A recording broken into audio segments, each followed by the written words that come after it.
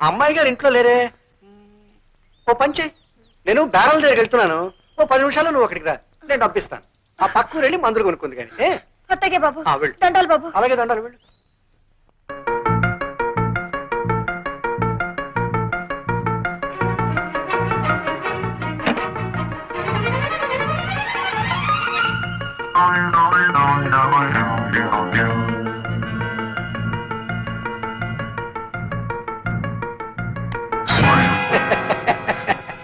బాబు గారు.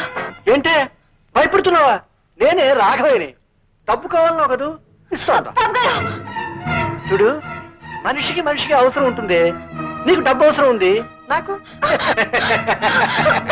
అది. మాట వినాలి. మీకు దండం పెడతాను బాబు గారు. నన్ను వదలండి బాబు గారు. నన్ను వదలండి.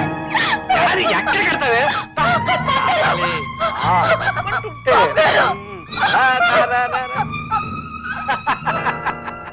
అందులోంచి బయటకు వెళ్ళడానికి తావలేదే. నా మాట విని బయటికి రా. చూడు, నేను చెప్పినట్టు విన్నావు అనుకో, నువ్వు కోరినంత డబ్బు ఇస్తాను. రావాలి రావాలి రావాలి. అది మంచి పిల్ల, గుడ్ గర్ల్. దా లక్ష్మి. అలా చూస్తారా విన్నానా? మానవత్వం మర్చిపోయిన తర్వాత యాదైతేనే నేనైతేనే. లక్ష్మి, చిన్నప్పటి నుంచి యాది నేను మీ కళ్ళ ముందే పెరిగాం. యాదిలో మీరు కేవలం ఆడదాన్నే చూడగలిగితే నేను ఆడదానేగా నాన్న. అమ్మా, అంత మాట అనకమ్మా, అంత మాట అనుకో. యాది,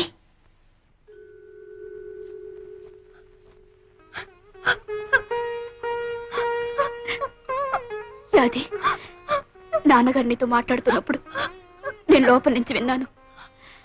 ఆయన ఉద్దేశం ఏమిటో ఊహించాను, అందుకే వచ్చాను.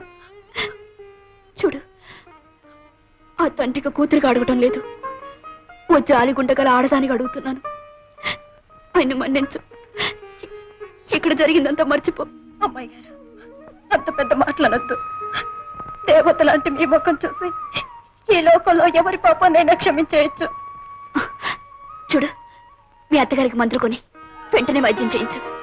మీ అత్తగారికి ఏమైనా అయితే రాము భరించడు. తొందరగా వెళ్ళు. అలాగే అమ్మాయి గారు.